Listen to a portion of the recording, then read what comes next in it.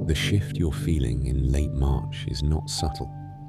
It's the kind of release that makes people look around and wonder if they're allowed to breathe again. The kind that makes you reread an old message and finally hear what was actually said. The kind that changes the tone of a room without anyone speaking. For weeks, it has felt like relationships were trapped in a loop. Same misunderstandings, same half-closures, same conversations that start with hope and end with exhaustion. You tried to be patient. You tried to be the bigger person. You tried to keep your heart open without letting it get stepped on. And still, the air stayed heavy, like the emotional weather refused to clear. Now the calendar hands you a convergence that acts like a hinge. Eid al-Fitr closes Ramadan in the March 19 to 20 window. The Spring Equinox arrives March 20th. Mercury stations direct March 20th, ending the retrograde that began February 26th. 3 different kinds of endings, landing on top of each other. Not endings that erase what happened, endings that decide what happens next. And this is where people get it wrong. They assume a threshold is a mood. They assume it's spiritual decoration. They assume it's poetic, not practical. But thresholds are behavioral. Thresholds show up as choices you finally stop delaying. Thresholds show up as a boundary you hold without apologizing for it. Thresholds show up as a relationship conversation that stops being about winning and becomes about reality. Because what late March is really offering is this: an exit ramp from emotional limbo. If you've been caught between staying and leaving, forgiving and forgetting, reaching out and pulling back, this is the moment your inner system starts demanding clean terms. Not harsh terms, clean terms. The kind that allow love to exist without confusion, and distance to exist without drama. And yes, it can feel emotional. It can feel like grief. It can feel like relief. It can feel like your body finally admitting what your mouth has been trying not to say. It can even feel like courage arriving late, as if it took this long for your nervous system to believe it was safe enough to be honest. That's not weakness. That's timing. The lens today is the pattern of thresholds. The seasons in life where you are no longer who you were, but you are not fully who you are becoming, and relationships start reacting to that gap. Temporal and threshold traditions are older than modern self-help because communities had to survive seasons that demanded different behaviors. In initiation rites, the threshold was the zone between identities. In mythic structures, it was the wilderness between kingdoms. In ancient timing philosophies, it was the interval where action without readiness created loss. The point was never to romanticize the in-between. The point was to respect it, because thresholds do not respond to pressure. They respond to alignment. This is why people suffer in relationship seasons like this. They keep trying to use the old strategy on a new terrain. They keep trying to talk their way out of a cycle that requires a deeper reset. They keep trying to go back to normal, even when the relationship has already crossed a line that changed what normal means. Ramadan, at its core, is not simply abstaining. It's a collective discipline of attention, restraint, reflection, and recalibration. A month that trains the human to notice cravings, impulses, irritations, and ego reflexes, then choose something higher than the reflex. Eid is not just celebration, it's closure. It's communal reintegration. It's the moment the discipline becomes identity, not effort. The equinox carries a different threshold logic. It is balance by design, not balance by wish. A structural pivot in the seasonal cycle, long used as an agricultural and civic marker because it defined when you plant, when you prepare, when you move from survival mode into growth mode. It is not sentimental. It is operational. And Mercury stationing direct is the end of a communication loop, not a guarantee that every misunderstanding dissolves. A change in the conditions. The static softens. The momentum returns. The backtracking stops being endless and starts being purposeful. Here's the convergence. Spiritual discipline closing. Seasonal balance arriving. Communication gears shifting forward. In relationships, that convergence reads like this. You stop negotiating with misalignment. You stop trying to interpret mixed signals as love. You stop calling emotional unpredictability passion. You stop holding yourself hostage to someone else's indecision. And you start asking a question that changes everything. What is the cleanest truth here? Not the dramatic truth, not the version that wins the argument, the clean truth that lets your body settle. The pain you've been carrying has been specific. It's not just loneliness, it's the exhaustion of unclear bonds, the fatigue of being halfway chosen, the mental drain of replaying conversations because something didn't land right, the ache of realizing you've been performing stability while your heart stayed on alert. Some of you have been in a relationship where you can feel the other person's inner war. One day, they are warm, present, promising. The next day, they are distant, distracted, defensive. You become an emotional weather station, trying to predict the next shift. Your nervous system never stands down because the bond has taught you that safety is conditional.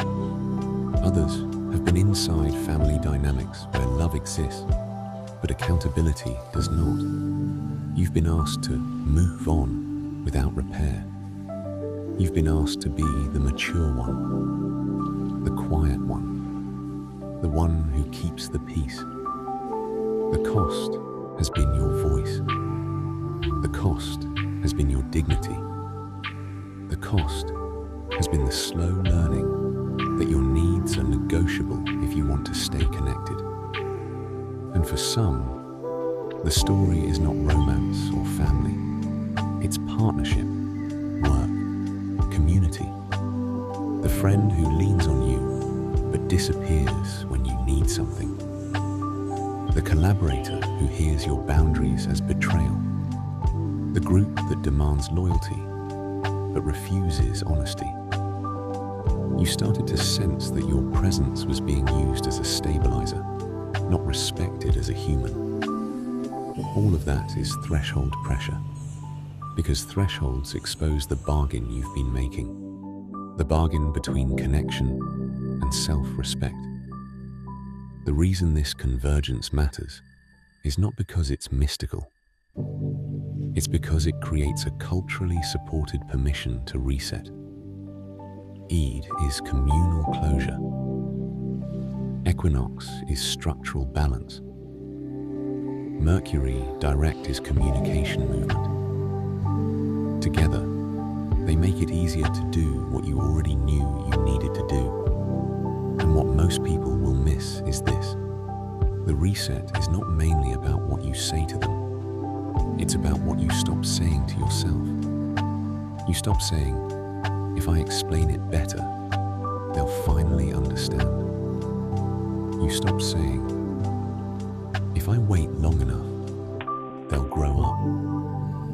You stop saying, if I sacrifice a little more, they'll see my love.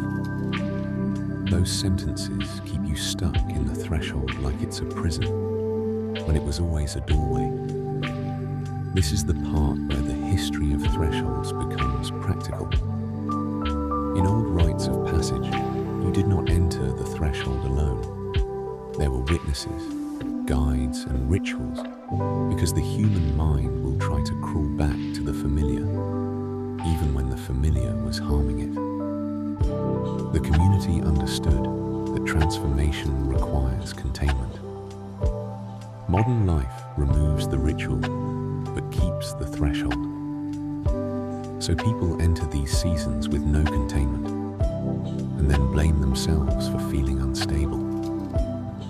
They say, "What's wrong with me?" When the real question is, what is this season asking me to release? Late March answers, the habit of relational self-abandonment. And the teaching is not to cut everyone off. The teaching is to restore clean terms. Clean terms look like truth without cruelty. Clean terms look like forgiveness without access. Clean terms look like love without confusion. Clean terms look like choosing peace even when someone tries to bait you into chaos. You can see the signal in how people behave as Mercury shifts forward. During the retrograde span, people revisit. Old contacts resurface. Miscommunications multiply. The past keeps tapping the glass. When the station happens, the revisiting stops being entertainment and becomes decision. Not because the world forces it, because the internal tolerance for ambiguity runs out. Now layer in the lunar logic that frames this window. Eid's timing is tied to moon sighting in many communities, which means the lunar cycle is not just symbolic here, it's literally operational. The moon becomes a communal clock. That matters because relationships are also lunar in their rhythm. They wax, they wane, they peak, they retreat. People who refuse rhythm demand constant access, constant attention, constant reassurance. That's not intimacy, that's appetite. The equinox is the opposite of appetite. It's balance. So this is a season that challenges the relationship habits built on appetite. The appetite to be chosen now. The appetite to be reassured now. The appetite to resolve everything in one conversation. The appetite to rush closure because sitting in the truth is uncomfortable. Threshold work refuses appetite. Threshold work demands steadiness. If you want the numerology framing for the atmosphere of 2026, the calendar marks it as a universal year one, a collective initiation year, where people feel pressure to start over before they feel ready. That pressure is why relationship decisions have felt so charged. People want clean beginnings. They want instant clarity. They want the comfort of certainty. But initiation years do not hand out certainty. They demand integrity. Integrity is when your behavior matches your truth, even when it costs you something. Now consider the Chinese zodiac layer that sits behind 2026's collective tone. The calendar uses zodiacal framing as one of the core signal layers for broadcast convergence, not as fortune-telling. In that framing, the value is not in predicting who wins. The value is in understanding the kind of year logic that shapes how people move, commit, and protect resources. In relationship terms, it adds one more reinforcement. People prioritize stability when uncertainty is high. They seek bonds that feel structurally safe, not theatrically intense. That's why some connections are about to feel intolerable. Not because anyone is evil, because your system is done mistaking intensity for truth. Now let's bring this down to lived scenes, where it actually lands. There's a moment that happens in relationships that have been stuck in ambiguity. You're in a kitchen, or in a car, or staring at your phone, and you realize you're working harder to interpret them than they are working to meet you. You realize the relationship is powered by your emotional labor. You realize you've been paying the cost so they don't have to feel discomfort. Late March makes that moment louder. Or the family scenario where someone who hurt you tries to reset the relationship without repair. They send a casual message, a holiday greeting, a funny video, and it's wrapped in normalcy like a disguise. You feel the pull because you want peace. You want to be okay. But your body tightens because it remembers what your mind was trained to minimize. The threshold move here is not to explode. It's to refuse false normal. It's to decide that love without accountability is not love you can build on. Or the friendship where you finally notice the pattern. They cool when they're spiraling, disappear when they're stable, then return the next time they need your attention to regulate. You've called it closeness. You've called it loyalty. But in your quieter moments, you know it's a cycle where your empathy is being used as a resource with no reciprocal care. The threshold move is to stop confusing availability with devotion. These are not small stories. These are the stories that define your emotional economy. And relationships are an economy. Attention is currency. Time is currency. Forgiveness is currency. Access is currency. When you spend these currencies without terms, you devalue yourself and then wonder why you feel unseen. This is why the lens of thresholds is the right one for this convergence. Eid is a closure ceremony after restraint and reflection. Equinox is balance with no debate. Mercury direct is forward motion after a review period. Together, they form a moment of relational accounting. What is being exchanged here? Who pays the emotional cost? Who benefits from the ambiguity? Where are you overextending to keep something alive that is not meeting you halfway? When you answer those questions honestly, the right move becomes obvious. Not easy, obvious. And now the practical part, where you stop turning insight into a performance and start turning it into structure. Begin by treating the next important conversation like a threshold conversation, not a venting session. A threshold conversation is not where you unload every grievance. It's where you name the truth that changes the rules. You don't need 10 points. You need one clean statement that sets reality in place. Something like, I want connection with you, and I need consistency to stay open.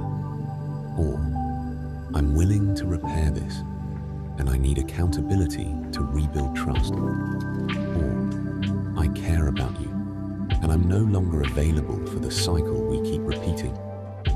Notice how those sentences are not threats. They are terms. Then, reduce the noise in your communication. If Mercury's shift is about clarity returning, your job is to stop drowning clarity in volume. Fewer texts, fewer reactive replies, fewer paragraphs written from adrenaline. Clean messages carry more power than emotional essays. If something matters, say it plainly. If something is unclear, ask a direct question. If something is disrespectful, name it without theatrics. Ambiguity feeds off vague language. Another adjustment is time-based integrity. During thresholds, timing becomes a truth test. If someone says they care, but never follows through, you don't need more emotional evidence. You need behavioral evidence. If someone says they want to repair but refuses the hard conversation, you don't need to chase. You need to accept the data. This is not cynicism. This is respect for reality. You can also use the equinox logic as a relationship audit, not a spiritual ritual. Balance is measurable.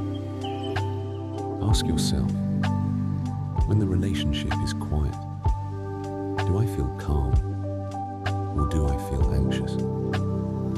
When conflict arises, do I feel safe to speak or do I brace for punishment? When I hold a boundary, do I feel respected or do I get tested? The answers show you whether the bond supports your nervous system or drains it. And in the days around Eid, pay attention to the kind of closure your body craves. Some of you crave closure in the form of reconciliation. Others crave closure in the form of release. Closure is not always a conversation with them. Sometimes closure is the moment you stop returning to the same emotional place and calling it hope. Finally, protect the tenderness that comes with relief. When the heaviness lifts, people often rush to fill the space with new drama, new romance, new stimulation, because calm feels unfamiliar. Don't do that. Let calm teach you. Let clarity settle into your body. Let self-respect become your default setting instead of a mood you earn after pain. Because the transformation this window offers is not that everyone suddenly becomes healthy. The transformation is internal first. Before, you were negotiating with misalignment, bargaining for scraps of consistency, interpreting confusion as depth, calling anxiety love, because it kept you engaged. After, you move with calm. You trust your perception. You stop doubting what your body has been reporting for months. You feel clarity in the way you speak, in the way you choose, in the way you exit conversations that used to swallow your whole day. Before, you needed their response to regulate you. After, you regulate yourself and choose relationships that honor that stability. Before, you performed peace by swallowing the truth. After, you create peace by living inside the truth. That is what a threshold does when you stop resisting it. It doesn't make you colder, it makes you cleaner. It makes you honest enough to love without losing yourself. So here's the question to sit with, and answer like a human, not like someone trying to sound enlightened. In the relationships that feel heavy right now, where are you still accepting ambiguity? Because you're afraid that asking for clean terms will reveal the real answer. A threshold does not punish you. A threshold reveals you. And it reveals them. And it shows you exactly what can be carried into the next season without poisoning it. If this episode put language to what you've been feeling, share it with someone who's been stuck in relational limbo and doesn't know why everything feels so heavy. And if you want more strategic, grounded readings like this, anchored to real calendar thresholds, subscribe and stay close. This is the Prophecy Pulse.